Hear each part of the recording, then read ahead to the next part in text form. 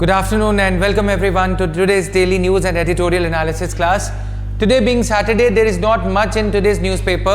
Still, we'll try to make the most out of today's newspaper. I have included one Indian Express editorial and one The Hindu newspaper editorial. Okay, and then there were two remaining news articles from 8th of June, LGBTQ and rescuing the children, child adoption के बारे में जो supreme court ने government को कहा था कि child adoption में इलीगली बच्चों को अडॉप्ट किया जा रहा है. Posters are being put out, Facebook ads are being put out that children are up for sale और children are up for adoption. So these kind of things are happening. Now this is a political, these are all political articles basically. This one is of relevance. We will see, even though IS threat is not there anymore, but still why the southern people, why the southern Indian states are more vulnerable to IS trap. We will try to understand this. Kerala का तो समझ में आता है, केरला में Muslim population ज़्यादा है, Islamic state के फिलॉसफी में वो लोग ट्रैप हो जाते हैं. Then Modi meets Adityanath, Amit Shah to iron out issues. ये हमारे काम का नहीं है ये सब. Let's jump quickly to the related news articles. Now, review GST soaps timings, urges industry. GST Council set to decide on rate cuts for crucial COVID-19 related vaccines or medicines. Again a passing news. ये news को हम analyse करेंगे आज. जैसा मैंने बोला कि editorial analysis ज़्यादा नहीं है, इंडियन एक्सप्रेस में भी नहीं थे कुछ articles. IIP edges up 0.08%. Then this news, austerity measures by the government of India. Finance Ministry is asking ministries to cut 20% controllable expenditure. Controllable expenditure जो है उसको कट करने की बात करती हुई फिनेंस मिनिस्ट्री स्टेट्स को, यूनियन मिनिस्ट्रीज को ये कहा जा रहा है कि अपने बजट में बेस ईयर 2019 को बेस ईयर लेते हुए आप कुछ कटौती कीजिए, 20% तक अपना खर्चा कम कीजिए. Clear? Now, these are the news articles. How will food reach migrants without ration cards? Asks Supreme Court. Executive ration card scheme. Execute ration card schemes. Supreme Court tells Bengal. So these are the articles here. Pakistan passes bill to let Jadhav appeal. तो Kulbhushan Jadhav case जो Vienna convention के थोड़ा सा आज हम देखेंगे. G7 to pledge 1 billion vaccine shots for the world. We are going to understand today India G7 relations. All right, India G7 relations. G7, though it's not that relevant today, but G7 proposals like common digital tax, those kind of proposals are important for us. Now, Centre unlikely to allow return of 4 Kerala women. Not that important, but we'll see. Then Finance Ministry tightens belt. We have seen this before. Bru refugee rehabilitation in Tripura. Tripura और मिजोरम के बीच में जो Bru refugees का issue है, मिजोरम से flood करते हुए. Is it fine for everyone? Riddhima, Sumaira, others?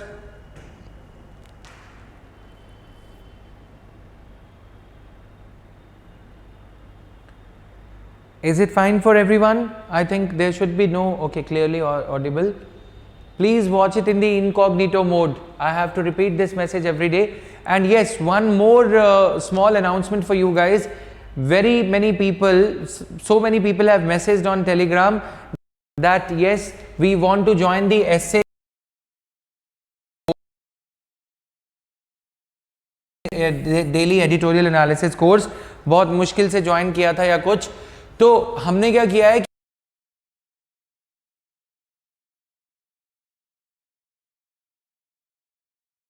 Analysis और एडिटोरियल कोर्स, उनको ये कोड यूज करना है JVSA. They will get flat 1500 rupees off on the essay course by Ravi Kapoor sir. Let me tell you briefly about Ravi Kapoor sir. Ravi Kapoor sir was a close acquaintance of mine for last 3 years. I kept on meeting him during my preparation days also. Now he's written a book on essay as well. He is going to take 10 hours of classes under the essay course at JV's IAS.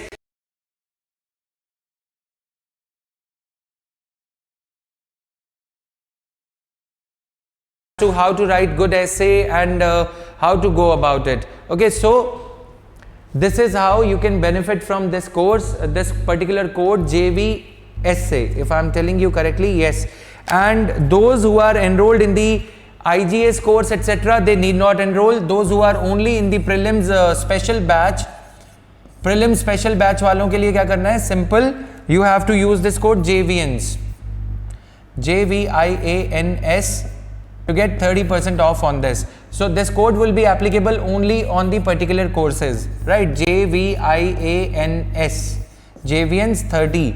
To use after using this code, you will get 30% off. So I hope I am giving you the solution for this particular thing. Yes, there's a bit of lagging today. It is lagging from our side, but now this isn't there. Let me stop the video for just 1, 2, 3 seconds, okay? 3-4 seconds का video में lag आएगा आज के लिए सिर्फ. This is the first time that lagging is happening in this course.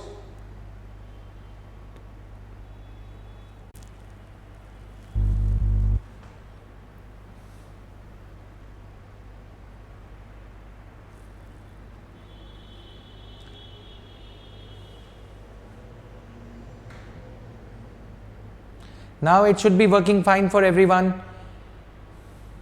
Now it should be working fine for all of you.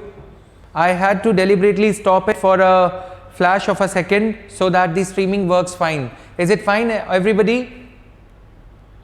Yes, now there will be no lagging. Let's hope so. Let's hope that the class. So let's get going, guys. No more complaints about lagging and all.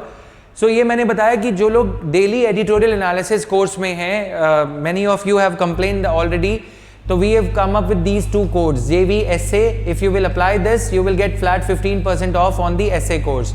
And if you use this code, those of you who are in prelims special batch or prelims rescue batch, so this is the code for you to get 30% off. If you use this code JVIANS, JVIANS. I told you about Ravi Kapoor sir also, that Ravi Kapoor sir has written a very good book on essay paper. So that book will be provided to you complimentarily from JV's IAS, and he will be telling you he scored around 200 marks in the essay paper during his time, right? So he will be guiding you as to how to write a good essay and answer writing also. 10 classes by him, 10 hours of classes by him, 10 hours of classes by me in this essay course starting from 1st of July. So we have come up with this as a solution because many of you were asking for it. Now let's quickly begin with it. Refocused vaccination campaigns are possible. तो इसमें कुछ ज़्यादा नहीं है. Local planning will need to go hand in hand with equitable plans at the national and global level. So the writer says that local planning will be required. Okay. One example of equity focused vaccination plan came from Chhattisgarh government. तो ration card holders को prioritise किया गया था specifically because they are poor. तो छत्तीसगढ़ सरकार ने क्या किया? इक्विटी ओरिएंटेड, इक्विटी मतलब जो गरीब है जिसको ज्यादा जरूरत है उसको पहले वैक्सीनेट किया गया. इक्विटी ओरिएंटेड वैक्सीनेशन प्लान बनाने की बात करी जा रही है क्योंकि सुप्रीम कोर्ट ने सरकार को यह कहा कि भाई आप अमीरों के लिए तो वैक्सीन वो खुद ले लेंगे. आप ये कैसे कह सकते हो कि 18 to 44, 18 to 45 ईयर्स के सभी लोगों को वैक्सीन खुद से परचेज करनी पड़ेगी, राइट? सो इसीलिए छत्तीसगढ़ गवर्नमेंट ने ये एक ration card, prioritise ration card holders जो हैं उनको, जो सबसे गरीब हैं, अंत्योदय अन्न योजना वाले, पीला राशन कार्ड जिनके पास है, येलो राशन कार्ड है, उनको सबसे पहले वैक्सीनेट वगैरह किया गया, राइट? तो ये सारा कुछ लिखा है. This article talks about Iran, not that relevant. Monsoon malady, this is again not that relevant. That is why we haven't covered it. Counting the head, measuring the excess deaths is the best possible way to estimate the count of COVID-19 deaths. अब ये पता लगाने की कोशिश की जा रही है कि कितने लोग कोविड की वजह से डेथ हुई है, ठीक है? तो इनका ये कहना है कि सिविल रजिस्ट्रेशन सिस्टम रिपोर्ट जो है 2018 की, उसमें अगर कम लोग थे, कम लोगों की डेथ हुई थी. अब 2019 और 20 में, खासकर 20 में, 21 में ज्यादा लोगों की डेथ हो रही है. तो इसका मतलब जो एवरेज से ज्यादा डेथ्स हो रही हैं वो इसकी वजह से हुई हैं. तो ये आर्टिकल हमारे काम का इतना नहीं है, राइट? यहां पे इस आर्टिकल में मैंने आपको बताया कि कैसे वैक्सीनेट किया जाए गरीब लोगों को पहले, इक्विटेबल डिस्ट्रीब्यूशन ऑफ वैक्सीन कैसे की जाए, because the rich would be able to buy the vaccine for themselves. This data could give you the this article would give you the insights into how you should go about distributing ration etc, but again passing phenomena hai. UPSC, trust me guys, UPSC asks the questions on fundamental issues. Vaccine distribution is just a news for 6 months, है ना, उतना shelf life है इसकी, उसके ऊपर हम ज्यादा नहीं पढ़ेंगे, कोई फायदा नहीं होगा इस पे पढ़ के. Now persecuted in Pakistan, ignored in India. Pakistani Hindus की बात हो रही है. Several Pakistani Hindus have migrated to India in the recent past in search of security and citizenship. Okay, in search of security and citizenship, but are caught in the maze of rules and regulations that have left them stateless for years. तो ये article ये कह रहा है कि इनको India की citizenship दे देनी चाहिए. Now coming quickly to the polity news, how will food reach migrants without ration cards? Supreme Court ने ये पूछा है. Supreme Court pulls up the center for delaying database to identify and register workers. Here, the Supreme Court asked the center how it intended to take food to crores of migrant laborers who have no ration cards. पिछले दिनों भी हमने ये बात करी थी. One nation one ration card एक idea तो लाया गया है, लेकिन वन नेशन राशन कार्ड होना जरूरी है. तो जिन लोगों के पास राशन कार्ड नहीं है उन्होंने बनवाया नहीं because of various reasons that they were not able to find time for it or they were just above poverty line. JAPL India में एक क्राइटेरिया है. देखो सबसे ज्यादा प्रॉब्लमैटिक क्या होता है, जिंदगी जो हाशिए से थोड़ा ऊपर जी जाती है, जिंदगी जो हाशिए से बेयर मिनिमम पॉवर्टी से थोड़ा ऊपर. क्यों? ये देखो ये बीपीएल लाइन है इंडिया में. बीपीएल लाइन $1 है या जो भी है, ठीक है, हम उसमें नहीं जा रहे, $2 है. अब जो लोग जस्ट अबव पॉवर्टी लाइन होते हैं, just above poverty line,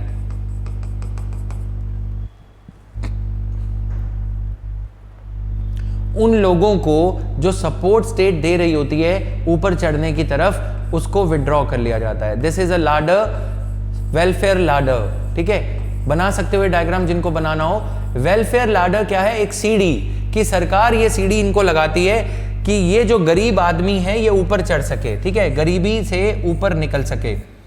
we have seen this in our classes previously also. अब ये आदमी जैसे जैसे ऊपर चढ़ता जाता है इसकी सपोर्ट कम होते चली जाएगी. यहां पे आते ही जैसे ही ये इस सीढ़ी से, इस रंग ऑफ लाडर से दूसरे रंग ऑफ लाडर पे अपना पांव रखता है, ये अबव पॉवर्टी लाइन हो जाता है.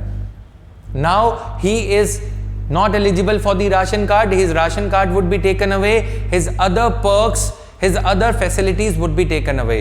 He may not be eligible for various schemes like Manrega etc etc, right? अब इन लोगों के पास राशन कार्ड नहीं है. Supreme Court is asking what would you do with these people? How would you distribute ration to the people who do not have ration card? तो India में ये perplexing problem है कि जस्ट अबव पॉवर्टी लाइन जैसे ही ये आदमी ऊपर चढ़ा, यहां तक पहुंचा, इसकी सारी सपोर्ट विड्रॉ कर ली जाती है. ये एक बड़ा कारण बनता है कि लोग गरीब रहना चाहते हैं, राइट. अगर इसको हम एक्स्ट्रापोलेट करें तो एक और एग्जांपल है यहां पे, micro small and medium enterprises. Micro small and medium enterprises अगर वो माइक्रो रहेंगे तो उनको बेनिफिट्स ज्यादा मिलते हैं, स्मॉल हो जाएंगे तो थोड़े कम, मीडियम हो जाएंगे तो थोड़े और कम. लेकिन जैसे ही वो एमएसएमई की डेफिनेशन से बाहर हो जाते हैं उनके सारे बेनिफिट्स विड्रॉ कर लिए जाते हैं. इसलिए एमएसएमईज ही रहना चाहते हैं. Micro small and medium enterprises would want to stay as micro small and medium enterprises only. That is what creates the problem. समझ में आया?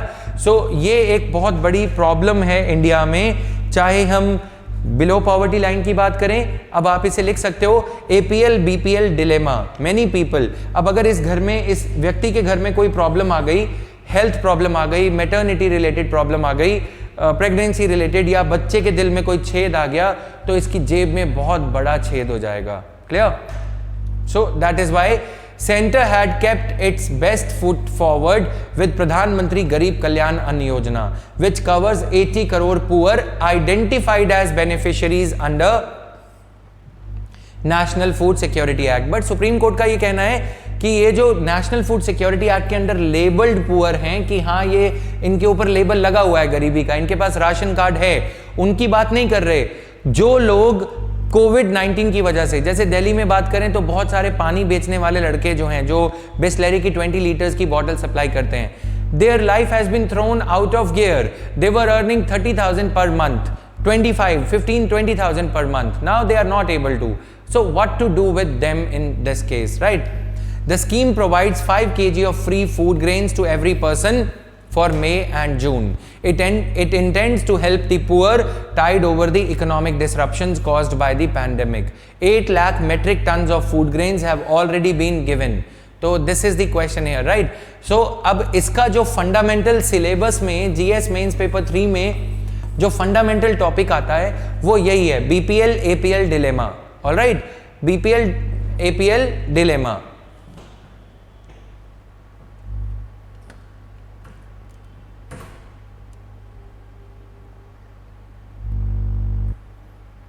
Yes, Kundan, you are right. Okay, so what measures should we take to rescue the people from the poverty line? For people who have slipped into the poverty line again, इसका durable solution ये बताया जाता है, इसका durable solution ये बताया जाता है, we should not draw the BPL very low. ठीक है, अगर आप $1 इसको डिफाइन करते हो, you should be providing the support to the people who are just above poverty line also. और इंडिया में ऐसा किया भी गया है, टारगेटेड वे में अंत्योदय अन्न योजना, नेशनल फूड सिक्योरिटी एक्ट के अंडर एक तो सभी को राशन दिया जाता है, एक जो ज्यादा गरीब हैं उनको 20 किलो राशन दिया जाता है। ठीक है, तो having a BPL and having a VBPL, very below very poor वाली जो लाइन है, ठीक है, very poor below poverty line, तो ये किया भी गया है। एग्जाम्पल अंत्योदय अन्न योजना। तो we need to draw 2 lines, एक है बीपीएल, एक है JAPL, just above poverty line. इनको भी बेनिफिट्स मिलते रहने चाहिए ताकि अगली बार next time this happens, this kind of a pandemic comes, any localised disaster happens, ये तो चलो नेशन वाइड डिजास्टर है, तो इनकी प्रॉब्लम आज हम आप सब सरकार सुप्रीम कोर्ट डिस्कस कर रहा है। लेकिन जब लोकलाइज्ड डिजास्टर्स होते हैं, जैसे हर साल बिहार में कोसी नदी की वजह से फ्लड आता है, तो उस टाइम पे बीपीएल को तो फिर भी राहत मिल जाती है, रिलीफ मिल जाता है, लेकिन जेएपीएल वाले लोग कुछ नहीं, राहत हासिल नहीं कर पाते। तो हमें क्या करना है, डिवाइडिंग द पॉपुलेशन, जैसे हमने पहले कर रखा है, लाल राशन कार्ड, पीला राशन कार्ड, हरा, तो इनके लिए भी एक अलग पहले से आइडेंटिफिकेशन होना चाहिए, जो लोग हाशिए से जस्ट अबव हैं। ठीक है, अभी के लिए तो कुछ नहीं कर सकते because we do not have data etcetera. Clear? Now the centre was only in charge of making available or procuring food grains. The state had to distribute the food within their territories. The center was ready to give the states whatever they wanted. Petitioners' argument, the center was leaving the poor without ration cards to the mercy of the other states. Center had last year recorded 8 crore migrant workers without ration card. The states had identified 2.8 crore. इसका एक और solution ये भी आता है, that National Food Security Act should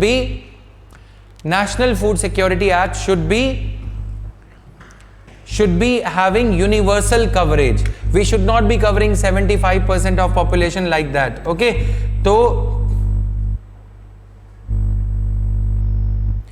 तो ये करना बहुत जरूरी है। Am I clear?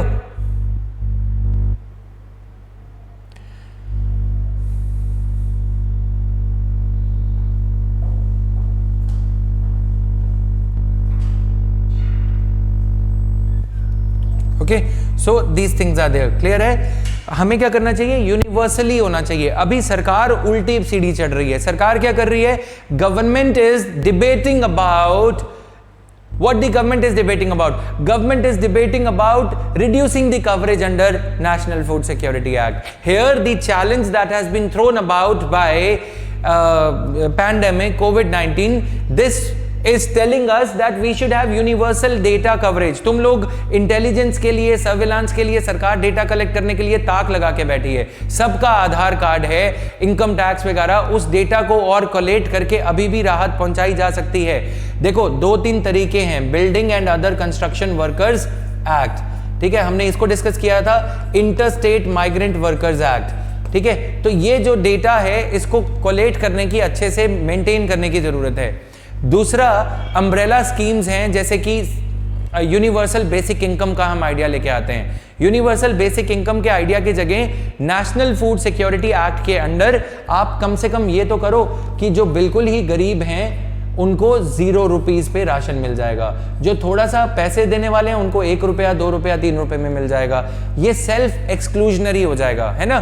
गरीब अपने आप 1 रुपए 2 रुपए 3 रुपए पे लेंगे, और अगर नॉर्मल टाइम्स में इसको 4 रुपए 5 रुपए 6 रुपए कर दो, कोई दिक्कत नहीं है। आपके पास डेटा तो रहेगा, है ना।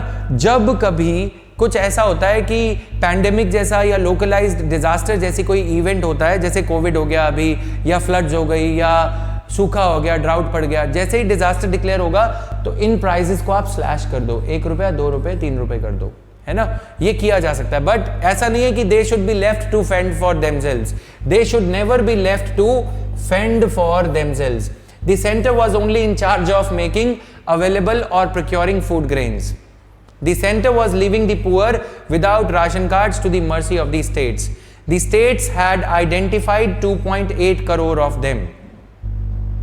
At this point, the court pulled up the government for delaying the completion of national database to identify and register migrant workers. जब बारिश होती है ये लोग तब छाता खोल रहे हैं, डेटा इनके पास पहले से मेंटेन्ड होना चाहिए था। The delay had something to do with the software के ऊपर नाम लगा दिया। The database would have helped the centre to work in tandem with the states to identify migrant labourers, provide them timely welfare during the pandemic. अगर ये करना ही है ना तो और भी बहुत सारे तरीके हैं, जैसे कि ब्रिक किल्स हैं, सीमेंट फैक्ट्रीज हैं, उनके पास इनका डेटा होता है कि कौन कौन कहाँ कहाँ है, क्या क्या नाम है। अगर किया जाना चाहिए, करने की वो होगी तो हो सकता है, right. Now coming to the next one, yes, make the right to food a fundamental right, one thing. Make it universally applicable, that is another thing. Universally, हम ये नहीं कह रहे कि इनको पैसे दो, बट इसको यूनिवर्सली एप्लीकेबल कर दो तो ज़्यादा अच्छा होगा। रेट लगा दो एक कि हाँ, जो थोड़े बीपीएल हैं उनको free, just above poverty line है उनको 1 रुपया 2 रुपया 3 रुपया, जो बिल्कुल अबव पॉवर्टी लाइन है थोड़े से, ऐसा नहीं कि रिच हैं मिडिल क्लास है, नहीं, जिनकी सरकारी नौकरी नहीं है, प्राइवेट दुकान नहीं है, अपने नाम पे कोई प्रॉपर्टी नहीं है, उनको एपीएल डिक्लेयर कर दो, ठीक है। बीपीएल, जेएपीएल, देन एपीएल, ठीक है। तो ये इनका डेटाबेस आपके पास होगा, that will help you during the distressing times like these. Execute ration card scheme. Supreme court ने बंगाल को दोबारा से कहा है, तो supreme court tells Bengal one nation one ration card scheme. The West Bengal government did not implement this scheme, even though it's going to be more than 1 year now that central government came up with one nation one ration card. That means the portability of scheme is not there, right? In West Bengal. Why? Because of the political reasons. Mamata Banerjee did not want every ration card to have the photograph of the old young man Modi, right? So इसीलिए for the benefit of migrant workers. Now the scheme gives the migrant workers the access to food grains in any fair price shop anywhere in the country, no matter where their ration card is registered. The state would definitely implement the scheme but was facing issues regarding the Aadhaar card seeding. तो ये सारे benefits हैं technology के, e governance के। Now, what is one nation one ration card? The scheme aims to ensure that all the beneficiaries, especially migrants, get ration across the nation from public distribution system shops of their own choice. Under the existing system, a ration card holder can buy the food grains only from the fair price shop in the locality where he or she lives. अब ये किया गया था, one nation one mobility ration card for different modes of transport across different states. One nation one ration card being launched by the government, ये सारा कुछ किया गया, ठीक है। तो ये एक वेव चल रही है होमोजेनाइजेशन की, सेंट्रलाइजेशन की, ठीक है। हमने पिछले दिनों एक एडिटोरियल भी देखा था, one nation one tax, one nation one ration card. ये जो फिनोमिना चल रहा है, एक सारा टैक्स लगेगा, कभी कभी ये एक अपने लेवल पे एक प्रॉब्लम्स खड़ी कर देता है। One nation one ration card is a good scheme, but why would you want to give credit to leader at the centre? Are the chief ministers not doing good things? Telangana देख लो, तमिलनाडु देख लो, दिल्ली देख लो, है ना। तो अब ये फोटोग्राफ गवर्नेंस जो चल रही है उस पे रोक लगाने की भी ज़रूरत है। फोटोग्राफी ओरिएंटेड गवर्नेंस जो है कि दवाई के ऊपर भी मोदी का नाम, केजरीवाल के आज न्यूज़पेपर में देखोगे तो केजरीवाल के जो राशन के 5-5 किलो के जो बैग्स हैं उस पे केजरीवाल की फोटो लगी हुई है, राइट। तो ये जो प्रॉब्लम है इसको सुप्रीम कोर्ट को थोड़ा सुधारना होगा, तभी स्टेट्स की रिसेप्टिविटी बढ़ जाएगी। Bengal need not be told by the Supreme Court, this is a colossal wastage of time of Supreme Court when the Supreme Court is sitting on a heap of cases, right. Now moving further, cooperative federalism इन चीजों में दिखना चाहिए, but the problem is cooperative federalism is polluted because of politicised competition और political competition. Cooperative federalism के रास्ते में politics जो बार बार आ रहा है उसकी वजह से प्रॉब्लम हो रही है। नाउ एसोसिएटेड चैलेंजेस क्या है? Exclusion error, the digitisation of this PDS process through Aadhaar linked ration cards and smart cards has been pushed in an effort to reduce leakages. However, there has been a rise of exclusion errors in post Aadhaar seeding. Aadhaar card की seeding के बावजूद भी errors हो रहे हैं, right. तो ये सारा कुछ है।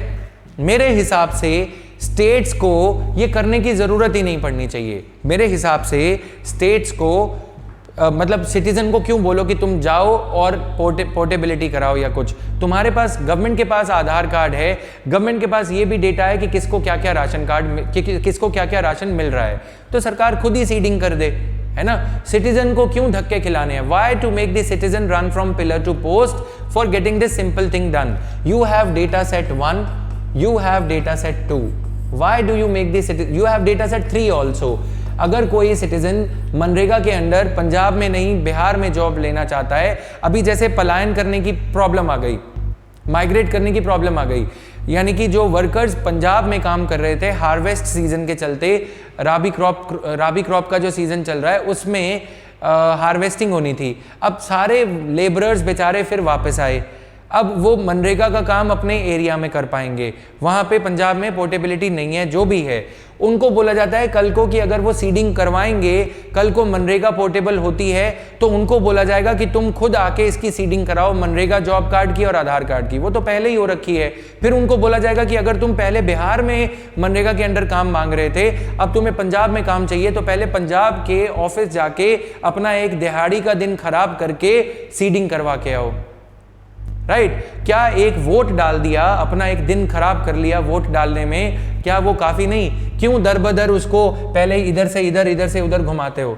डेटा तो तुम्हारे पास ही है, उस डेटा को सीडिंग कराने के लिए तुम्हें क्यों जाना है, राइट। बैंक्स के पास ये डेटा भेजा जा सकता है कि जिन जिन कस्टमर्स का, जिन जिन आधार कार्ड होल्डर्स का नाम आपके पास है, वो आधार कार्ड के बेसिस पे उसका नाम आइडेंटिफाई करके, उसका डेट ऑफ बर्थ आइडेंटिफाई करके उनको कॉल करके या उनको ये SMS भेज के ये बोला जाए कि तुम्हारा अगर ये कार्ड है तो आओ। सीडिंग करना जरूरी इसलिए होता है आइरिस स्कैन और ये सब हो सके, बोगस अकाउंट्स ना बने। I am duly aware of that, you are also aware of that, but ये जब तक नहीं होगा तब तक पैसे नहीं निकलेंगे। या तो उसको बोलो कि पहले तुम प्रोविजनल बेसिस पे आओ, जब तुम आओगे तुम्हारे अकाउंट में पैसे पहले आ चुके होंगे, बस तुम जैसे ही आइरिस स्कैन कराओगे, थंब इंप्रेशन दोगे, तुम्हारे पैसे अकाउंट से निकल जाएंगे। You all understand what the meaning of seeding is, right. इन चीजों के चलते उनको धक्के खिलाने की कोई जरूरत नहीं है। सीडिंग का मतलब नहीं पता, मैं बता रहा हूं, देखो सीडिंग का मतलब जिनको नहीं पता,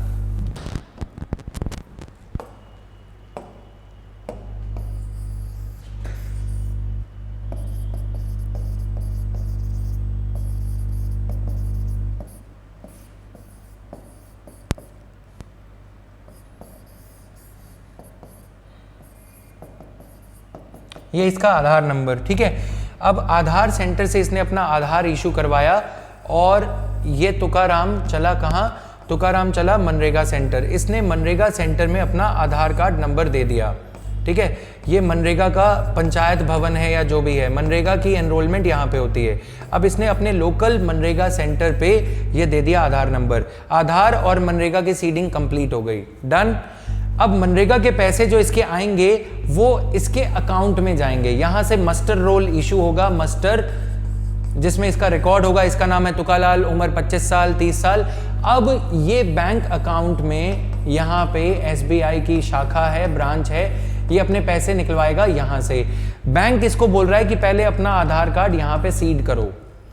अब तुम यहां पे ग्लिच पकड़ो, ये तो इसके पास पहले ही है। जब ये मास्टर रोल बना रहे हैं तो ये इसको बोला जाता है कि पहले तुम बैंक जाके आओ, पहले तुम बैंक जाओगे, फिर तुम बैंक का नाम यहां पे बताओगे, बैंक का IFSC कोड, फिर ये मनरेगा की ब्रांच इसमें पैसा भेजेगी। क्लियर? क्या इनको नहीं पता कि ये ब्रांच है?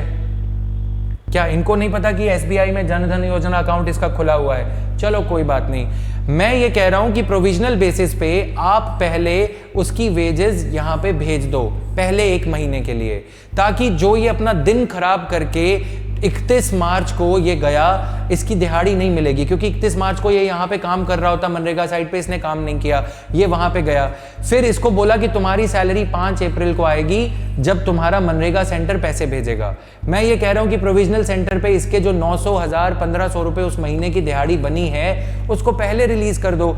ये जब ये सेकंड स्टेप में इसके पास जाएगा अपने बैंक के पास, जैसे इसके आईरिस स्कैन होगा, बैंक का थंब इंप्रेशन लगेगा, इसके 100-150 रुपए जो यहां से बस करके और फिर वापस ठेले से आने के जो लगते हैं 150-300 रुपए, वो उसके लिए कीमती हैं। उसका जो एक दिन खराब हुआ फिर दूसरा दिन खराब हुआ, वो उसके लिए मैटर करता है। तो तुम पहले से ही सीडिंग करवा दो, डेटा तो सारा तुम्हारे पास है ही। पहले तुम इनको ये बोलो कि तुम्हारा कहां पे अकाउंट है, ये पहले अकाउंट बता देंगे। ये तो यहां पे तो इनका रोज आना जाना होता ही है पंचायत भवन में, फिर वहां पे वो सीधा पैसे निकलवा लेगा। ये जो गेड़ी कटवाई जाती है ना, वो गर्लफ्रेंड और बॉयफ्रेंड की गली तक तो ठीक लगती है, एक मजदूर के बार बार उसके पैसे खराब कराने सही नहीं है। समझ में आया? This is a bad, very poor tactic of the government to repel these workers. मतलब समझ में आया? टू रिपेल दीज वर्कर्स कि भैया तुम आओ ही मत, तुम मनरेगा में जाओ, कहीं दफा हो, तुम क्लेम मत करो, हमने सिर्फ दे रखी है ताकि हम अपना कद ऊंचा कर सकें। That is it, right? Coordination in the era of digitisation, glitchy problems, teething problems should not be made a prolonged problem. They should not be made into prolonged problem जो ever existing है, right? अभी तो मैंने तुम्हें एक चीज बताई है मनरेगा के साथ। अभी हम बात कर रहे थे राशन कार्ड की, फिर ये राशन कार्ड के साथ लिंकिंग होगी। कितनी लिंकिंग करवाओगे? सारी उम्र उसकी लिंकिंग में निकल जाएगी। Now lack of data, there is no exact data on the mobility of poor households migrating to work. जब साला PM cares या जो आरोग्य सेतु ऐप है उससे तुम लोकेशन कैच करते हो, है ना, क्योंकि तुम्हें डेटा चाहिए था। अब इसकी लोकेशन नहीं पता जब तुम्हारे देने की बारी आती है, जब राशन देने की बारी आती है स्टेट को तो प्रॉब्लम हो जाती है, राइट? तो मनरेगा ऐप बनाई जा सकती है। वर्कर कहां पे है, उसको जब पैसे देने हैं तब इनको ये ऐप याद नहीं आती, जब प्रिवेसी इश्यूज ब्रीच करने हैं तब इनको ये आरोग्य सेतु ऐप याद आ जाती है। उसके बाद में पता नहीं कौन सा रोग इनको लग जाता है। Now domicile based social sector schemes, not only PDS, most of the anti-poverty, rural employment, welfare and food security schemes were historically based on domicile based access. That too when Article 1 says India, that is Bharat, is a union of states. Why is this happening? है ना? Domicile, अगर उस area में रहोगे तो benefits मिलेंगे, उसके बाहर जाओगे तो बेनिफिट्स नहीं मिलेंगे। That is bad. They are not state government employees, they are the beneficiaries under pan India schemes. National food security act, Mahatma Gandhi national rural employment पूरी कंट्री में अवेलेबल है। The unorganised sector social security, unorganised sector social security act. अब तुम्हारा काम क्या है, तुम्हें 2-3 laws ये नोट करने हैं सोशल वर्कर्स के। वर्कर्स का इशू इस बार काफी हाईलाइट हुआ है, building and other construction workers act, affirmative action या जो वल्नरेबल सेक्शंस का जो टॉपिक है उसके लिए, ठीक है। उसके बाद इंटरस्टेट माइग्रेंट वर्कर्स एक्ट, उसके बाद ये तीसरा अनऑर्गेनाइज सोशल सिक्योरिटी एक्ट, ठीक है। चौथा, fourth one, which is it? Answer,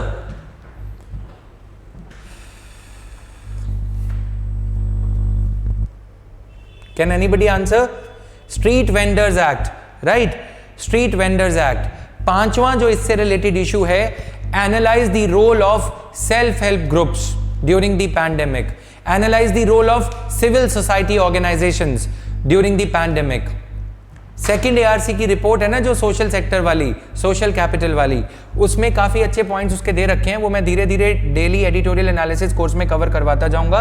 that will be beneficial for you, clear. तो ये सारे जो लॉज हैं, जैसे हमने बच्चों के लिए लॉज पढ़े थे पिछले दिनों, मैंने वो लॉज कवर करवाए थे डाउरी प्रोहिबिशन एक्ट एक्सेट्रा, है ना, POCSO, protection of children from sexual offences act, उसी तरह से तुम अपनी नोटबुक में इसको कैटेगराइज करके लिख लोगे. This will immensely help you in correlating these topics and studying them all at one place. Clear? In order to get credible data regarding migrant workers, this must be implemented in letter and spirit.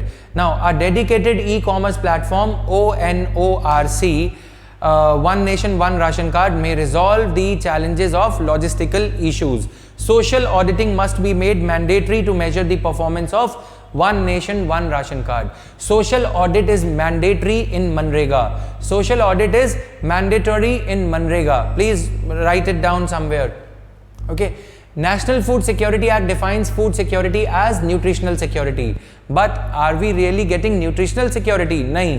पेट भरने को मतलब क्या होता है? Latent hunger. Latent hunger होती है कि हमारी भूख तो मिट जाती है, थोड़ी देर बाद फिर भूख लगती है, क्योंकि न्यूट्रिशनल सिक्योरिटी हमारी कंट्री में नहीं है. हमारी न्यूट्रिशनल रिक्वायरमेंट्स पूरी नहीं होती. Clear? I am going to repeat the names of the acts.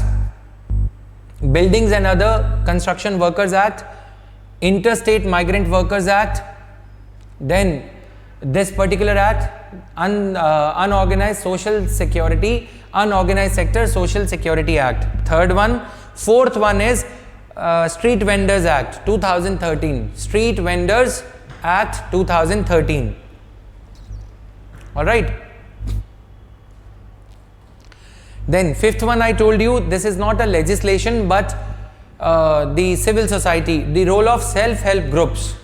Self-help groups, SHGs.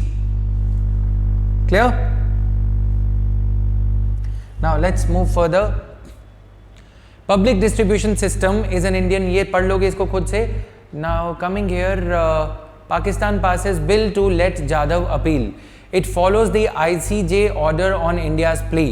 तो वियना कन्वेंशन के अकॉर्डिंग कुलभूषण जाधव को कुछ कॉन्सुलर एक्सेस मिलना चाहिए. कॉन्सुलर एक्सेस मतलब इंडिया के जो कॉन्सुलेट ऑफिसेज हैं पाकिस्तान में, उनका एक्सेस मिलना चाहिए कुलभूषण जाधव को. पाकिस्तान ये कहता है कि कुलभूषण जाधव एक इंडियन स्पाई हैं, इंडिया के दूत हैं जो पाकिस्तान की रेकी करने आए थे. उनको गिरफ्तार किया गया, उनको अरेस्ट किया गया है. तो स्पाइज के ऊपर वियना कन्वेंशन नहीं लगता. यानी कि जो घुसपैठ करके पाकिस्तान के खुफिया एजेंसीज या खुफिया एरियाज की रेकी करके मैप ड्रॉ कर रहे थे, ताकि इंडियन रॉ को, उनको बोला जाता है कि वो रॉ एजेंट हैं, ताकि वो इंडियन एजेंसीज रॉ और आईबी को पाकिस्तान के ऐसे ठिकानों के बारे में इंफॉर्मेशन देंगे तो उनके ऊपर वियना कन्वेंशन की प्रोटेक्शन उनको एप्लीकेबल नहीं होती. लेकिन इंडिया ने बोला कि वो वियना कन्वेंशन के अकॉर्डिंग या वैसे भी वो कोई स्पाई नहीं है, वो एक आम नागरिक हैं जिसे पाकिस्तान ने फॉल्स ग्राउंड्स पे, एलिगेशंस पे उठा लिया है. क्लियर? तो ये पाकिस्तान को फिर आईसीजे ने एक लॉन्ग ड्रॉन बैटल 2017 से ये इशू चल रहा है. वियना कन्वेंशन के अकॉर्डिंग एक इंटरनेशनल कोर्ट ऑफ जस्टिस के ने ये कहा, वियना कन्वेंशन के जो केसेस होते हैं वो आईसीजे के अंडर जाते हैं, ठीक है, इंटरनेशनल कोर्ट ऑफ जस्टिस. तो इन्होंने ये कहा है कि आपको वियना कन्वेंशन के अकॉर्डिंग उनको एक्सेस देना होगा. ठीक है. पाकिस्तान ने फिर बोला कि हमारे यहाँ ऐसा कोई लॉ नहीं है कि हम स्पाइज को ऐसा कोई एक्सेस दें. तो आईसीजे ने ये बोला कि वो सब आपका डोमेस्टिक मैटर है, बट वियना कन्वेंशन से पूरी तरह कंप्लाई करने के लिए पाकिस्तान को कुलभूषण जाधव को एक्सेस देना ही होगा. तो that is why the Pakistan, in order to comply with international law, the Pakistan is passing a bill aimed at allowing Kulbhushan Jadhav to have consular access in line with the ICJ verdict. ICJ verdict के हिसाब से उनको जो comply करना है वो उनको करना पड़ रहा है, right? Had Pakistan not passed the bill, India would have gone to UN Security Council and could have moved the contempt proceedings against Pakistan in International Court of Justice also. ठीक है, पाकिस्तान के खिलाफ इंडिया फिर एक और case कर देता और पाकिस्तान फिर एरेंट माना जाता, एरेंट मेंबर ऑफ यूएन. तो इसलिए पाकिस्तान पूरी तरह से लीगल कार्रवाई ये सब कर रहा है. The bill was being passed in the light of the verdict of ICJ which had asked Pakistan to provide a credible review opportunity to Kulbhushan Jadhav. Consular क्या होता है कि इंडिया के जो कॉन्सुलेट ऑफिसर्स हैं उनको मिलने का, कुलभूषण जाधव को उनको मिलने का मौका देना जरूरी होता है. क्लियर? नाउ 11 जज bench of ICJ had stayed the execution. Execution मतलब उनको फांसी पे चढ़ा दिया जाता, ठीक है, कुलभूषण जाधव को.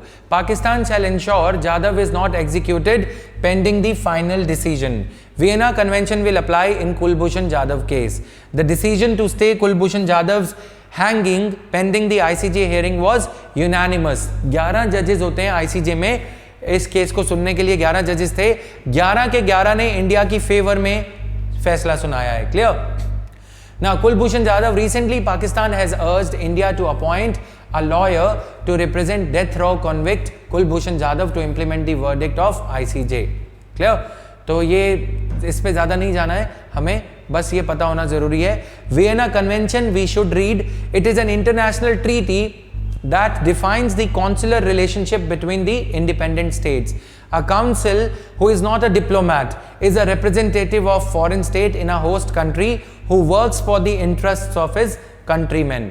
ठीक है, डिप्लोमैट नहीं होते. डिप्लोमैट का काम होता है एम्बेसडर का कि इंडिया और पाकिस्तान के रिलेशनशिप को ठीक बनाए रखें, बायलैटरल टाइज का ध्यान रखें. लेकिन काउंसिल होता है कि अगर सिटीजन से रिलेटेड कोई मैटर है, सिटीजन को पुलिस ने पकड़ लिया या कुछ हादसा हो गया, जैसे इंडिया में कैनेडियन सिटीजन के साथ रेप हो गया था चंडीगढ़ में या कुछ ऐसा, ठीक है, तो काउंसिल उस मैटर को आगे बढ़ाता है जो कंट्री के लोगों के लिए वेलफेयरिस्टिक हो. जैसे इंडिया के जो काउंसिल ऑफिसेज हैं सऊदी अरेबिया, दुबई में, वो उनको वहाँ पे पेंशन दिलवाना या वो कहीं ट्रैप हो जाते हैं ISIS के चंगुल में, उनको वहाँ से छुड़वाना, कॉन्सुलेट ऐसे काम करता है. ठीक है, कॉन्सिल ऑफिस ये काम करता है. Clear? What is ICJ?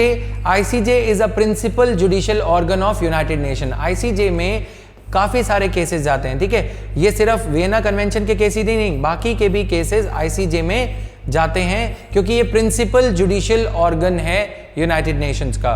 It was established in 1945 by a UN charter and began working in 1946 as a successor to Permanent Court of International Justice. It settles the legal dispute between the member countries and gives advisory opinions to authorized UN organizations and special agencies. Done? Now, इसका headquarter कहाँ पे है? The Hague, Netherlands. Okay, once you would get selected, you would get to visit there on government expenses. Clear?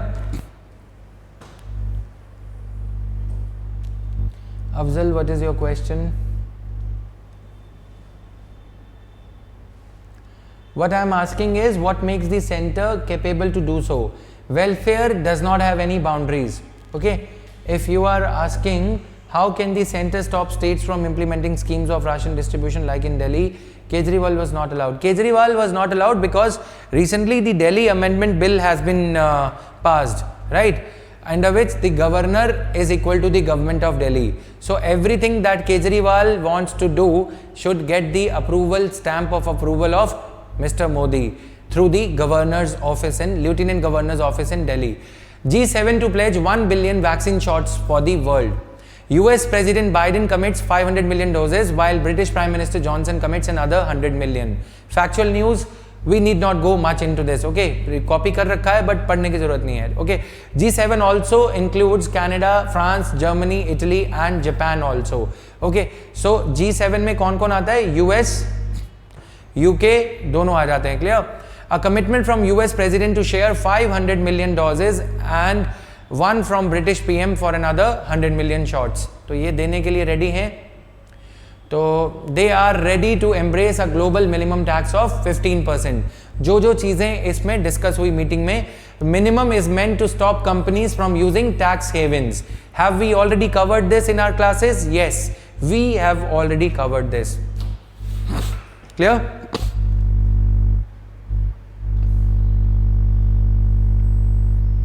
Okay, so these things are there now. But the endorsement from the G7 is just one step in the process. The hope is to get many more countries to sign on a fraud proposal in nations whose economies are based on attracting business with low corporate taxes. For Britain, the first G7 summit in 2 years. Last year was scuttled by the pandemic. ठीक है, Britain के लिए first G7 summit in 2 years is a chance to set out his vision for a post-Brexit global Britain. तो Britain, क्योंकि पहले European union के साथ देखा जाता था, पहले ब्रिटेन जब G7 जैसे प्लेटफॉर्म्स पे नेगोशिएट करता था तो वो यूरोपियन यूनियन का पार्ट माना जाता था। लेकिन ब्रेग्जिट के बाद ये पहली मीटिंग होने जा रही है जहां पे ब्रिटेन को ग्लोबल ब्रिटेन के वे से प्रोजेक्ट करने की कोशिश करते हुए वहां के prime minister. Clear? This is a global high table. Recently 2018, 19, 20 में इंडिया को G7 पे इनवाइटी के वे से बुलाया जाता है। इंडियन रिप्रेजेंटेटिव को, इंडिया के फॉरेन मिनिस्टर को, मिनिस्टर ऑफ एक्सटर्नल अफेयर को एक रिप्रेजेंटेटिव के वे से इनवाइट किया जाता है। Clear? Climate change is also a top issue on the agenda, and hundreds of protesters gathered in the Cornwall to urge the leaders to take action. ये सब हो गया। Group of 7. It is an intergovernmental organization that was formed in 1975. Done 1975. Indira Gandhi. The bloc meets annually to discuss the issues of common interest like global economic governance, international security. अब तुम ये मत confuse हो जाना कि वो तो NATO का ऑब्जेक्टिव है। That is not only the objective of NATO, even the international security related discussions are done at G7 also.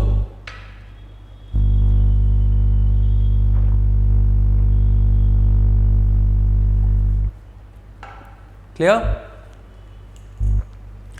The leaders of important international organizations like European Union, IMF, World Bank and United Nations are also invited. Issues: not all of the G7 countries are among the most advanced now.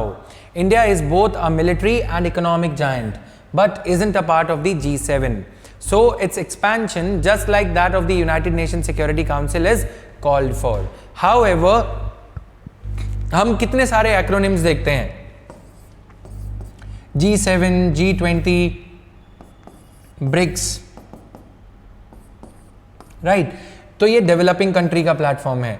Now I would want to tell you, just give me 1 minute, I forgot to incorporate this particular image. जो global power balance है ना, that is shifting towards India.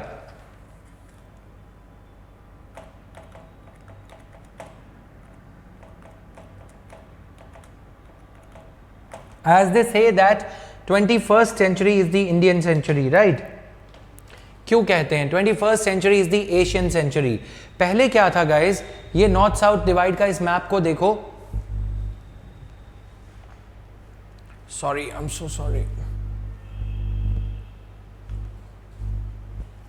तो global north south का ये जो map है, ये कुछ इस तरह से काम करता है, ग्लोबल नॉर्थ साउथ का मैप, कि जो ग्लोबल नॉर्थ के equator, north of the equator जो कंट्रीज हैं वो डेवलप्ड कंट्रीज हैं, ड्यू टू क्लाइमेट कह लो, ड्यू टू कुछ भी कह लो, ठीक है, नेचुरल एडवांटेज कह लो। अब जो पावर बैलेंस है वो ग्लोबल साउथ की तरफ शिफ्ट हो रहा है। ये जो कॉलोनियल पावर्स थी, एडवांस कंट्रीज थी, आप देखते हो कि ये सारी कंट्रीज यहां पे पाई जाती हैं, राइट? तो अब ये कंट्रीज कुछ इस तरफ शिफ्ट होती हुई नजर आ रही हैं। समझ में आया कि यानी कि जो पावर है वो इस तरफ शिफ्ट हो रही है। अब G20 इस बात का प्रतीक है। G20 is it epitomizes what I am trying to say, that power balance G20 में south Africa, India, China, right, Brazil, ये सारी जो कंट्रीज जो पहले गरीब कंट्रीज की श्रेणी में आती थी, ग्लोबल साउथ के कॉमन इश्यूज बस ये हैं कि पॉपुलेशन ज़्यादा होगी, गरीबी ज़्यादा होगी। Major part of the world's developing countries, least developed countries were on the southern side of the equator and developed world was on the north side of the equator, but that seems to be changing, and that is why the platforms like the forums like G20, G7 are losing their relevance, okay, and the power is shifting towards forums like G20. As the number tells you, number 7, only 7 elite countries. Now the number is growing, G20, okay. Then out of this G20, the band that is leading the show is BRICS: Brazil, Russia, India, China. Even though Russia is on the northern side, but we consider it to be a part of this, right? Power shift, and that is why the demand for reform of UNSC and other things are happening. The fact that G7 invited India as an invitee to G7 is a kind of exemplification of the shift that is happening. जो shift हो रहा है ना, उसको ये दिखाता है कि हाँ वाकई ही, वरना अमीर लोग गरीबों को अपनी पार्टी में नहीं बुलाते। G7 ने, तो do you think that G7 has got any relevance, or do you think that G7 is losing its relevance in the contemporary world? Do you think that G7 is a regalia of colonial past? Do you think that G7 is a part of Quad as well? Very nice. Quadrilateral as well. Otherwise, why would USA want to associate with India? Why would Japan want to associate with India? Because they know कि India को ही यहाँ का मुखबिर बनाया जा सकता है, India को ही यहाँ का किंग बनाया जा सकता है इस रीजन का। क्लियर? इंडिया के क्रेडेंशियल्स बहुत अच्छे हैं, इंडिया ग्रोइंग एमर्जिंग पावर है नाउ, और इंडिया की दुखती रथ भी सेम है, China. The groundwork for the summit, including the matters to be discussed and follow-up meetings, is done by Sherpas. Group of 7 में Sherpas होते हैं, prelims के लिए थोड़ा नोट कर लेना, who are generally personal representatives or members of diplomatic staff such as ambassadors. The leaders of important international organizations like European Union, IMF, World Bank and United Nations are also invited. Not all of the G7 countries are among the most advanced now. India is both a military and economic giant but isn't a part of G7. So India, its expansion, G7 की expansion like that of United Nations Security Council is called for.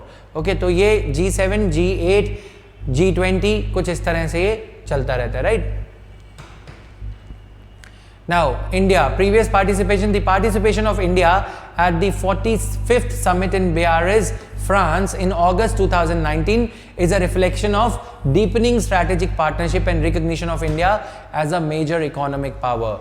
India was also invited for 2020 summit hosted by USA, which could not take place. Previously, India had attended G8 summit. It became G7 from G8 with the expulsion of Russia. पहले Russia इसमें रहता था, लेकिन Russia ने क्योंकि ये गड़बड़ कर दी थी 2014 में यूक्रेन को एक्वायर कर लिया था, तो इसीलिए ये प्रॉब्लम हुई। Clear? 5 times between 2005 and 2009. Significance of India's engagement with G7, question for GS mains paper 2, ये बहुत अच्छे से क्वेश्चन बनता है। It provides an opportunity for India to develop cordial relations. अब इंडिया को ना, मैं तुम्हें एक और अच्छी चीज बता देता हूँ आज, इंडिया को इस वर्ल्ड का लिंक माना जाता है। India has been the representative of G77, group of least developing countries. जब कभी India United Nations General Assembly में कोई प्रपोजल रखता है तो India gets the backing of G77। What is G77? It's a group of developing and least developed countries. Maldives, Sri Lanka, बहुत सारी countries हैं, सिर्फ नेबरिंग कंट्रीज नहीं। तो India is considered to be a link between the developed world and developing world. China could not become this link because China के credentials इतने अच्छे नहीं हैं। समझ में आया? यानी कि डिक्टेटोरियल टेंडेंसीज, एनक्रोच करना जमीन को, उनके पॉलिटिकल मैटर्स में इंटरफेयर करना। क्लियर? अब इंडिया G20 का भी मेंबर है, G7 में भी इसको इन्वाइट किया जाता है और क्रेडेंशियल्स भी अच्छे हैं। हमारे नेहरूवियन एरा के, या हमारा अतिथि देवो भव, या हमारा जो न्यूक्लियर नॉन प्रोलिफरेशन का रिकॉर्ड है, या हम खुद किसी पे वॉर नहीं करते, उसकी वजह से this gives India a very good negotiating position. जैसे ट्रेड यूनियन का लीडर मैनेजमेंट से मीटिंग करने जाता है, समझ में आया? बड़े लोगों से मीटिंग करने जाता है गरीबों का प्रस्ताव रखने के लिए। इसी वजह से इंडिया को काफी ज्यादा रिस्पेक्ट मिलती है। लेकिन with the rising power of India is not considered to be the true representative of G77. India is losing its command on these countries. Okay? फिर दूसरी तरफ इंडिया को अच्छा क्यों माना जाता था? नॉन अलाइंड मूवमेंट की वजह से भी। क्लियर? तो ये था आज का इस आर्टिकल के ऊपर। G20 मेंबर्स कौन कौन है? You have to read them very carefully. Turkey is also there, Saudi Arabia is also there. You see the power is shifting from north pole to south pole. Clear? Now protect LGBTQIA community, high court ने ये कहा है सरकार को। This is the news of 8th June which we could not complete. Empathizing with the lesbian, gay, bisexual, transgender, queer, intersex, asexual and such others community, the Madras High Court directed the Union Ministry of Social Justice and Empowerment to enlist NGOs that could provide counseling, monetary support, legal assistance and protection to them until a law could be enacted to protect them. ठीक है, जब तक आप देखो सरकार की थोड़ी सी यहाँ पे मैं ये कहूँगा कि ट्रिपल तलाक जजमेंट सुप्रीम कोर्ट का आया कि ट्रिपल तलाक is not a valid practice, तो ट्रिपल तलाक को आपने इमीडिएटली क्रिमिनलाइज कर दिया। लेकिन सेक्शन 377 पे जब सुप्रीम कोर्ट की जजमेंट आई कि section 377 is decriminalised, that anybody practising homosexuality should not be punished, तो इसके लिए कोई लॉ नहीं बनाया गया, इतनी ज्यादा प्रोएक्टिविटी नहीं दिखाई गई। अब 3 साल इस जजमेंट को होने वाले हैं, 3 साल इस जजमेंट को भी होने वाले हैं। इस जजमेंट पे 3 महीने में इन्होंने लॉ बना दिया कि जो मुस्लिम पति, मुस्लिम शौहर अपनी बीवी को, अपनी पत्नी को 3 बार तलाक दे के तलाक देगा तो उसे सजा हो जाएगी, लेकिन इस पे कुछ नहीं किया गया। तो सुप्रीम कोर्ट ये कह रहा है कि एनजीओज एटसेट्रा को डिप्यूट करो, डिप्लॉय करो। यहां पे ये लिखोगे analyse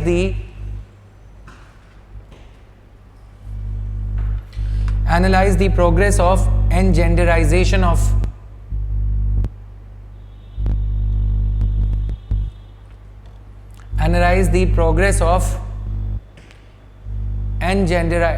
engenderization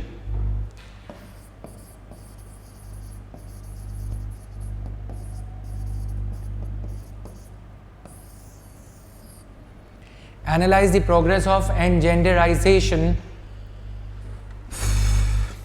of LGBTQ community of LGBTQIA community after the Supreme Court's judgment decriminalizing section 377. Analyze the progress of engenderization. क्या इनको भी बाइनरी मेल फीमेल के वे में देखा जाने लगा है? Analyze the progress of engenderization of LGBTQ community after the Supreme Court's judgment in 2018.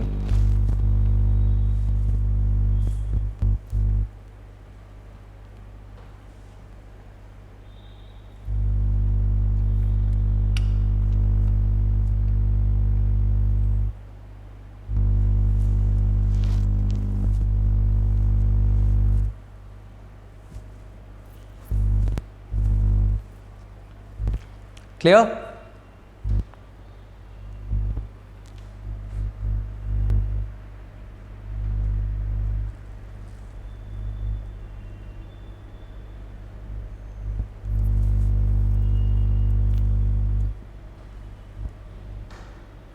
The interim orders was passed on a writ petition filed by 2 young women who had fled from Madurai to Chennai because their parents were opposed to their relationship.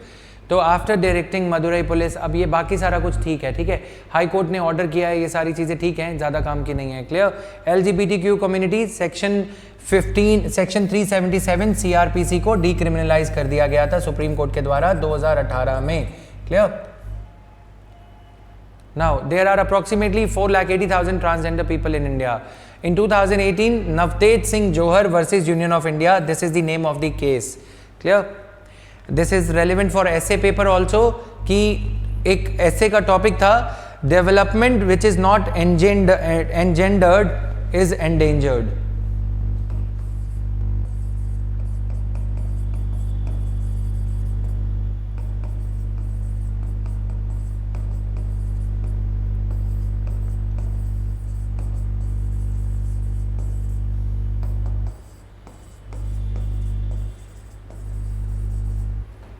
Development that is not engendered is endangered. Okay? जो development एनजेंडर्ड नहीं होगी, दोनों तीनों चारों पांचों genders को साथ में लेके नहीं चलोगे तो डेवलपमेंट आगे खतरे में रहेगी। Clear? Now this is there not in consonancy. ये सारे पॉइंट्स दिए थे लेकिन अब ये पॉइंट्स इतने रेलेवेंट नहीं हैं। ठीक है? Marriage as a fundamental right, Shafin Jahan versus Asokan in 2018, LGBTQ community ये हो गया। Then Navtej Singh case, Supreme Court urged to stop illegal adoption, ये हमने उस दिन भी देखा था, बच्चों के जो एडवर्टीजमेंट्स वगैरह डाली जा रही हैं। ठीक है? तो supreme court agreed to intervene after National Commission for Protection of Child Rights sounded alarm on the spate of complaints about illegal adoption of COVID orphans through private individuals and organization. जो बच्चे अनाथ हुए हैं, जिनके दोनों माँ बाप गुजर गए कोविड के चलते, उनकी बोलियां लगाई जा रही हैं, फेसबुक पे एड्स डाली जा रही हैं, चिल्ड्रन अप फॉर adoption. ठीक है, social media posts are circulating that children are up for adoption. This is plainly illegal and violates Juvenile Justice Act. The adoption of orphaned, abandoned, surrendered children is lawful only after the adoption procedure as given under Juvenile Justice Act 2015 is followed and the final adoption order is passed by the prescribed authority. Clear? Now, NCPCR statistics shows that 3621 children were orphaned, 26176 children lost their parents and 274 children were abandoned between April 1, 2021 to June 5, 2021. Information about these children including their personal details are being leaked from within the government sources to private bodies susceptible to trafficking. NCPCR की दिक्कत ये है कि ये बच्चों को sex की trafficking के लिए, गलत कामों के लिए यूज किया जा सकता है. ठीक है, now commission is receiving information regarding disclosure of childrens identity information by government authorities. Okay, care must be taken by the authorities to ensure that their action is not in violation of section 74 of Juvenile Justice Act. Section 74 ये कहता है कि बच्चे की identity को disclose नहीं करोगे. अगर कोई ऑर्फन हाउस, अगर कोई ऑर्फनेज, अगर कोई चाइल्ड केयर होम बच्चे की आइडेंटिटी को डिस्क्लोज करता है तो वो पीनलाइजिंग है. ठीक है, तो ये सारा कुछ यहाँ पे हमने डाल रखा है. लीगल फ्रेमवर्क क्या है. In India adoption falls under the ambit of personal laws, जैसे कि मुस्लिम पर्सनल लॉ है, क्रिश्चियन पर्सनल लॉ है. And due to the incidence of diverse religions practice in our country, mainly two different laws operate. Muslims, Christians, Parsis and Jews are governed by Guardians and Wards Act 1819. Okay, as a formal adoption is not allowed in these religions. Then Hindus, Sikhs, Buddhists and Jains on the other hand follow the Hindu Adoption and Maintenance Act. Clear? Juvenile Justice Care and Protection Law was enacted in 2015 to streamline the adoption process. ठीक है, अब यहां पे देखो, ये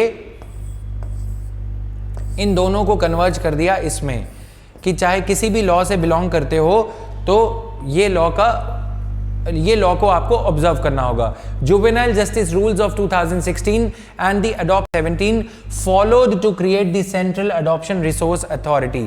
कारा क्या है? CARA is a statutory body for regulating, monitoring and controlling of all the intra-country and even inter-country. अगर कोई इंडिया से बाहर बच्चा ले जाना चाहता है तो भी, पता है क्या होता है, बाहर बच्चों को ले जाते हैं, बोलते हैं कि हम बांग्लादेश लेके जा रहे हैं, यूएस से लेके जा रहे हैं इनको.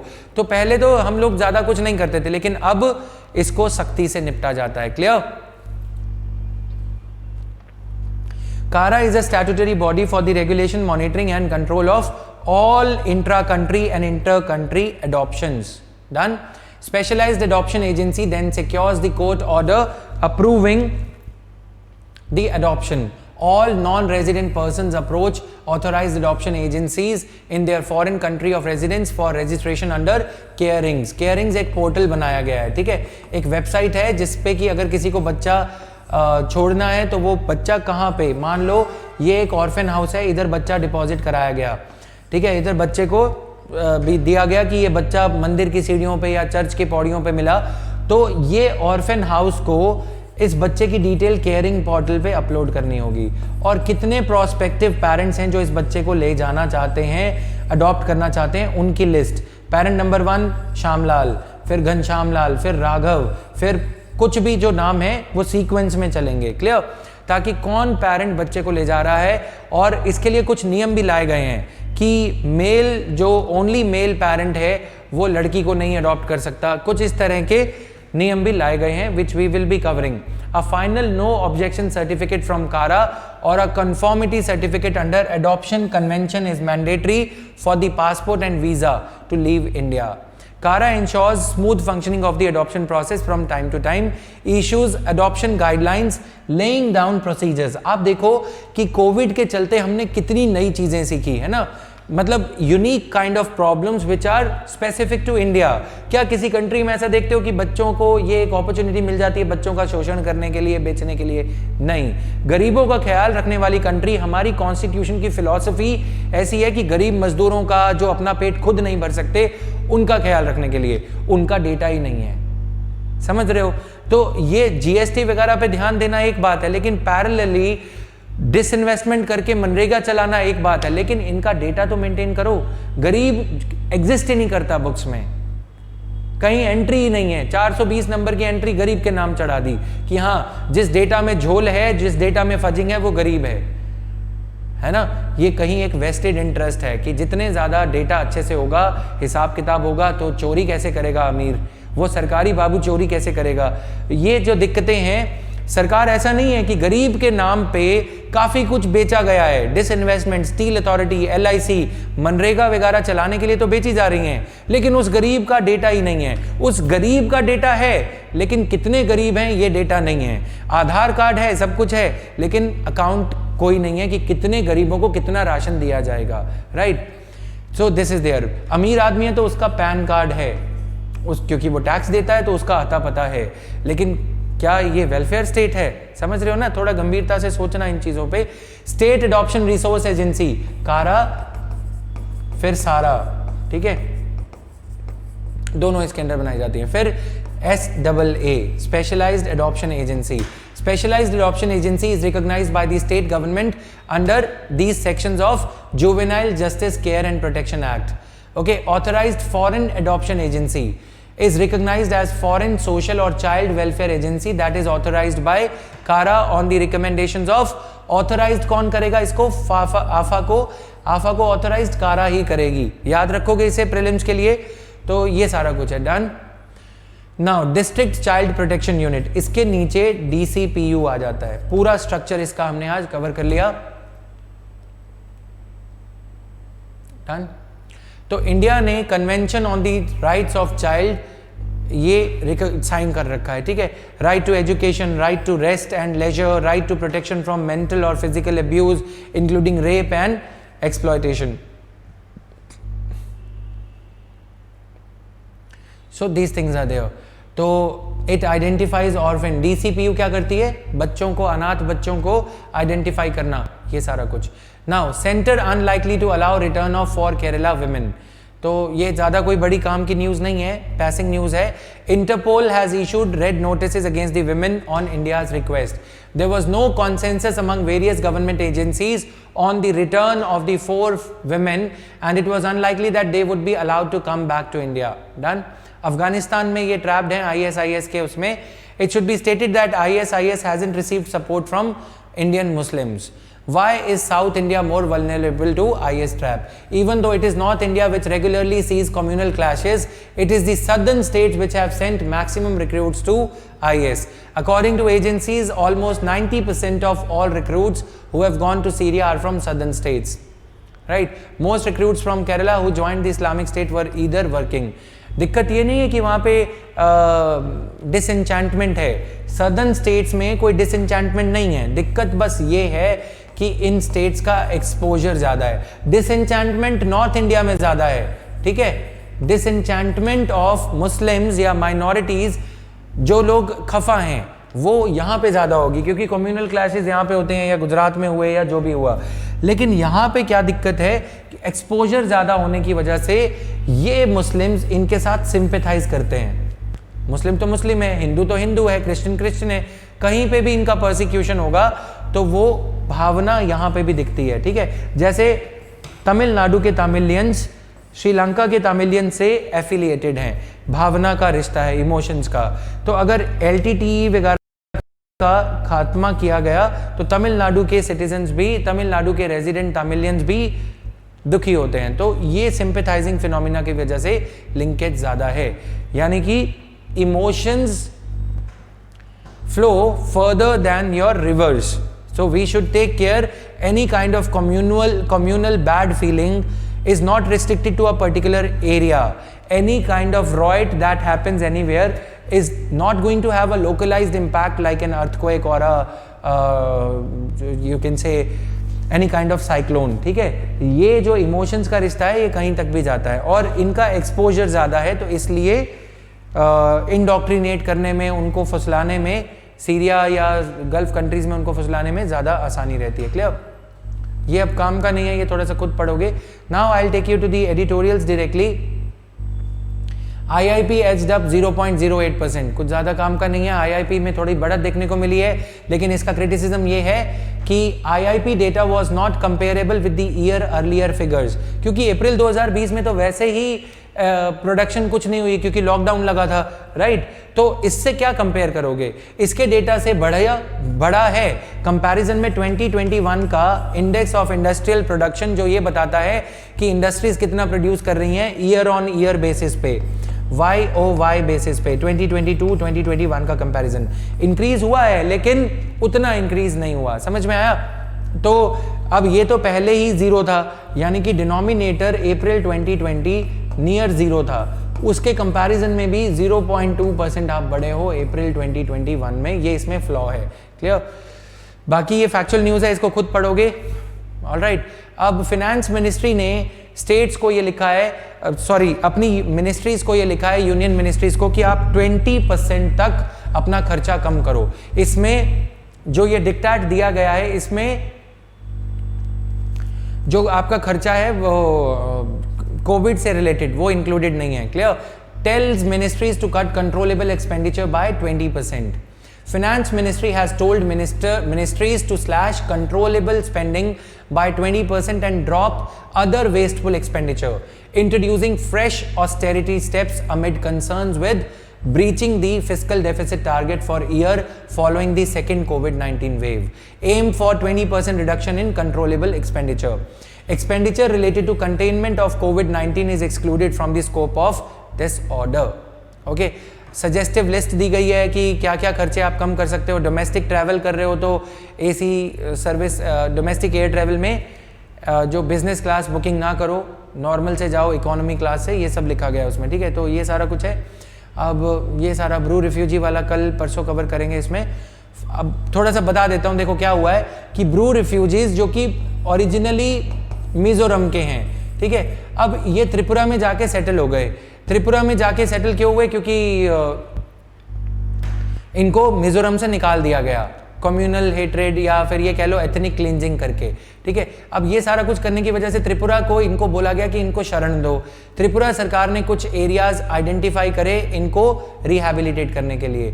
4 ऐसे डिस्ट्रिक्ट्स में एरियाज आइडेंटिफाई करे गए। अब जो जगह क्लियर करी जा रही है वो फॉरेस्ट एरिया है। पिछले दिनों सेंट्रल गवर्नमेंट ने एक टेंडर इशू किया, असम गवर्नमेंट ने एक टेंडर, सॉरी त्रिपुरा गवर्नमेंट ने एक टेंडर इशू किया, जिसके अकॉर्डिंग, जिस टेंडर के according states forest conservation area के जो फॉरेस्ट हैं उसमें पेड़ों को काट के इनके लिए विलेजेस वगैरह बनाए जाएंगे, राइट।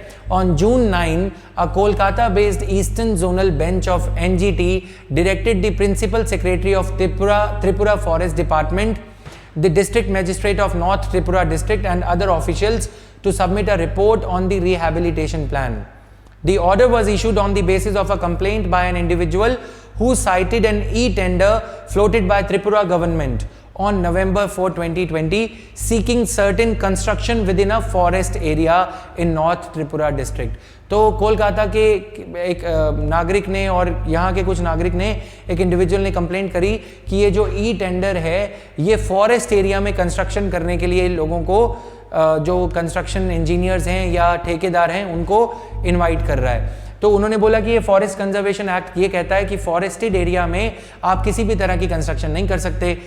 इंडिया एक पॉपुलस कंट्री है, पॉपुलस कंट्री में अपने ही लोगों को रिहैबिलिटेट करने में इतनी प्रॉब्लम आ रही है। अगर हम अपने लोगों के लिए नए घर बनाते हैं तो फॉरेस्ट एरिया श्रिंक होगा, फॉरेस्ट एरिया श्रिंक होगा तो एक चीज का सॉल्यूशन ढूंढते हैं तो चौथी चीज खड़ी हो जाती है। Okay, ethnic violence, more than 40,000 Bru refugees जिनको रियांग्स कहा जाता है, they have been living in Tripura relief camps since 1997 after escaping ethnic violence in Mizoram. About 7,000 refugees returned to Mizoram after 9 phases of repatriation till November 30, 2019. Rest state put citing security reasons. उन्होंने बोला कि हम मिजोरम नहीं जाएंगे, हालांकि ये Bruges हैं मिजोरम के, लेकिन नहीं जाना चाहते। क्यों? उनको मिजोरम में मार दिया जाएगा, एथनिक क्लींजिंग। तो repatriation stalemate ended with the signing of 4 party agreement sign किया गया। ठीक है, 4 पार्टी अग्रीमेंट में Brus, Tripura, Mizoram, central government. Okay, तो सेंटर यहाँ पे आ गया। तो representative of Brus, Mizoram, ministry of home affairs, Tripura and Mizoram. अब दिक्कत यह है कि फॉरेस्ट कंजर्वेशन एक्ट वॉयलेट हो जाएगा। This would be in violation of section 2 of forest conservation act, अगर इन ब्रू रिफ्यूजीज को त्रिपुरा के फॉरेस्टेड एरियाज को फॉरेस्ट चॉप ऑफ करके, ट्रीज को चॉप ऑफ करके रिहेबिलिटेट किया जाएगा। ठीक है, पैसिंग न्यूज है, लेकिन इसके मद्देनजर in the light of this news article we can clear some good things related to forest conservation act with me. Now clearance process includes seeking consent from the local forest rights holders and from wildlife authorities. Center is empowered to reject such requests or allow it with legally binding conditions. In a landmark decision in 1996, Supreme Court had expanded the coverage of Forest Conservation Act to all areas that satisfied the dictionary definition of a forest. Unlike the definition given in the act itself, supreme court ने इसके scope expand कर दिया, इसके scope को expand कर दिया। Earlier, only lands specifically notified as forest were protected by the enforcement of the Forest Conservation Act. Forest Conservation Act is a brief legislation with only 5 sections, of which Section 1 defines the extent of coverage of the law. Section 2 restrictions of activities in the forest areas, and the rest deals with the creation of advisory committees, powers of rule making. ठीक है, extent of coverage अब इसको expand कर दिया supreme court ने। Clear? तो recently union ministry of environment, forest and climate change ने कुछ अमेंडमेंट्स प्रपोज करी हैं विच में एनेबल, ये सुप्रीम कोर्ट की इस जजमेंट को ओवररन करने के लिए, ओवरराइड करने के लिए ये कहा है कि these amendments if passed would enable the infrastructure projects to come up in the forest areas more easily. यानी कि अगर कोई रेलवे ट्रैक, लीनियर प्रोजेक्ट्स होते हैं, ठीक है, ये जंगल का एरिया, लेकिन इस जंगल के एरिया में से अगर एक रोड निकलेगी तो उसको जाने दिया जाएगा। लेकिन अगर जो हॉरिजॉन्टल प्रोजेक्ट्स हैं उनको अलाउ नहीं करता। ठीक है, railway, road, tea plantation, oil exploration, अब ऑयल एक्सप्लोरेशन तो हॉरिजॉन्टल ही होगा, ये भी अलाउड हो गया। Proposal aims to empower state governments, empower the state governments also to lease forest land to private individuals and corporations. If the proposed amendments come into force, they would dilute the provisions of the landmark 1996 decision of the Supreme Court in Godavarman case है। ठीक है, तो the amendments however propose 2 changes to strengthen the applicability. वैसे तो इसने dilute ही किया है amendments ने। क्वेश्चन लिखो, analyze the dilutions by the Forest Conservation Amendment Act. ठीक है,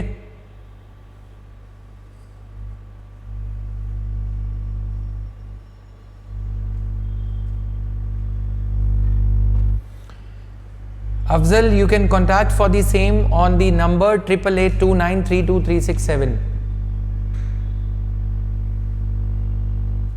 Okay, Akanksha, we will be talking about that. But we will be having senior teachers along with other teachers also, right? It's not been month. Okay, so we'll be figuring it out. हमारे यहाँ ये नहीं होता कि आज सुबह उठे और चलो कोर्स लॉन्च कर देते, right? I take at least 10-15 days to decide कि कौन किस कोर्स को एग्जीक्यूट करेगा, कैसे होगा, तो तब जाके कोई कोर्स लॉन्च किया जाएगा। ओके, ऐसे नहीं किया जाएगा, भले ही कोई कितने भी कमेंट कर ले। After thinking it through, this discussion on the essay course that we came up with, okay, with Ravi sir, this was going on for last 1 month, right? After that we have launched it, so it takes time for the good things to arrive, like in democracy. To complete the process of forest identification in a time-bound manner to enable the creation of no-go areas where specific projects would not be allowed. Because ये इसलिए मैं बोल रहा हूँ क्योंकि हमें धन academy नहीं बनना कि कोई भी आके पढ़ाएगा, राइट? ये एक चीज़ है. Gulshan, congratulations to you. We are rolling out a feature in which JV's tab would be having a unique application which will have a download feature. Okay यानी कि इन ऐप डाउनलोड्स आप कर पाओगे. मैं फटाफट से ये सारी चीज़ें बता देता हूँ आगे चल के लास्ट 5 मिनट्स में. ओके मामीत और ये सब डिस्ट्रिक्ट्स में ये किया गया है. अब आप ये बताओगे त्रिपुरा में कौन कौन से बायोस्फीयर रिजर्व पाए जाते हैं, मिजोरम में कौन सा ऐसा एक बायोस्फीयर रिजर्व है जहाँ पे एक बहुत ही फेमस एंडेंजर्ड स्पीशीज पाई जाती है. ये आपको आज का होमवर्क है प्रीलिम्स के लिए. ब्रू रियांग अग्रीमेंट ये क्या था, इसको पढ़ लेना, मैंने समझा दिया पहले. इसमें इनको 40 बाय 30 का स्क्वायर फीट का एक प्लॉट दिया जाएगा, 5,000 रुपए पर मंथ दिए जाएंगे, फ्री राशन दिया जाएगा 2 साल के लिए for 2 long years. Okay editorial analysis पे हम आए तो देखो ये एक एडिटोरियल है, इसको समझते हैं. ईरान में प्रेसिडेंशियल इलेक्शन ड्यू हैं. अब राइटर ने हमें बहुत अच्छे से ये समझाया कि देखो ईरान में क्या है कि एक रिलीजियस बॉडी है, जो वहाँ के लीडर हैं, रिलीजियस लीडर हैं, ठीक है. वहाँ पे बेसिकली 2 हिस्से हैं. एक तो यूजुअली जैसे हम डेमोक्रेटिक इलेक्शन देखते हैं, ठीक है, लेकिन डेमोक्रेटिक इलेक्शन में कौन प्रेसिडेंट खड़ा होगा, नेशनल असेंबली के कौन कौन रिप्रेजेंटेटिव्स होंगे, वो वहाँ के लीडर चूज करते हैं, ठीक है. तो सुप्रीम लीडर जो ईरान के हैं, सुप्रीम लीडर के नीचे एक गवर्निंग काउंसिल है. गवर्निंग काउंसिल में 20 लोग जो इस्लाम, जो सुप्रीम लीडर की फिलॉसफी के अकॉर्डिंग काम करते हैं, वो प्रेसिडेंशियल कैंडिडेट को चुनती है, जो प्रेसिडेंशियल कैंडिडेट सुप्रीम लीडर को पसंद है फिलॉसफी के हिसाब से और ये सब के हिसाब से, ठीक है. अब ये गवर्निंग काउंसिल इनको चुनती है. तो प्रेसिडेंट कौन बनेगा, किस में से प्रेसिडेंट चुना जाएगा, किन लोगों में से प्रेसिडेंट चुना जाएगा, ये सुप्रीम लीडर डिसाइड करते हैं. Supreme leader wields supreme authority in all the matters of national governance, चाहे सिक्योरिटी हो, डिफेंस हो, अमेरिका से रिश्ते हो, न्यूक्लियर प्रोग्राम को आगे बढ़ाना है या नहीं, तो ये सारा कुछ है. यानी कि stamp of approval for the person who is going to contest the presidential elections is required. One of the bodies under supreme leader is the 12-member guardian council. Okay, ये जो guardian council है ये वाली है governing council जिसको मैंने बोला. Council has now carefully rejected the reformist candidates and retained 2 who seem to be centrist. यानी कि जो centrist, जो religious ideology को, dogmatic ideology को आगे बढ़ाएंगे. Okay, Raisi has been a high-profile legal luminary in Iran since the days of revolution. अब हमें उनके पॉलिटिक्स में नहीं जाना, हमें बस ये पता होना चाहिए कि इस तरह से ईरान का सिस्टम काम करता है. वहाँ पे लेजिस्लेटिव असेंबली ये सब है, डायरेक्टली इलेक्टेड प्रेसिडेंट है, इलेक्टेड नेशनल असेंबली है, वो सब है, लेकिन चीज़ें आगे नहीं बढ़ती. क्लियर. तो ये था broadly why sedition law must go. D Raja sir who belongs to CPIM party, उन्होंने ये लिखा है, बट इसमें कुछ पॉइंट्स नहीं है. Already we have covered all the points, right. So today being Saturday there weren't many articles in news today. Clear. Now I would quickly like to tell you about the essay course, the answer writing guidance program also, मार्ग programme जो आने जा रहा है. तो आप लोगों के लिए पहले तो essay में क्या किया गया है, JV essay, जो डेली एडिटोरियल एनालिसिस कोर्स में जो स्टूडेंट्स हैं, they can apply this code, they will get straight away 1500 rupees off on the course. And for those who are enrolled in prelims special batch or any other batch except for GS students are already included. So if you are someone who is preparing for 2022, rather than enrolling yourself in the individual courses, you should enroll for the IGS 2022 itself. Now for those who are in prelims rescue batch, time is now for you to cover ethics and essay. Okay, तो इसमें teams को call करके आप कुछ भी पता, जो भी इंफॉर्मेशन चाहिए वो पता कर सकते हो. इसके लिए हमने कोड बनाया है JVNS30. JVNS30 you will apply, you will get 30% off. Codes will work on their respective courses only. If you are enrolled in prelims rescue batch, only then you would be able to avail. Right now, any other doubt? Supreme leader कौन बनेगा, ये dynastic leader चलते हैं, right. Yes Akanksha, is it, I can understand the nature of your question. Now you are asking benevolent question after asking these mains answer writing guidance centric questions, right. I can very well understand, बच्चे ऐसे नहीं खड़े हुए हैं यहाँ पे. Now coming here, it's very much possible to clear in 1 year for a UPSC aspirant also, right. For further information, you can contact the team also with the name Akanksha. If you will call, I will try to help you out. Now, why sedition law must go? ये article कुछ काम का नहीं है. All right. So this was all in today's course, guys. In today's class.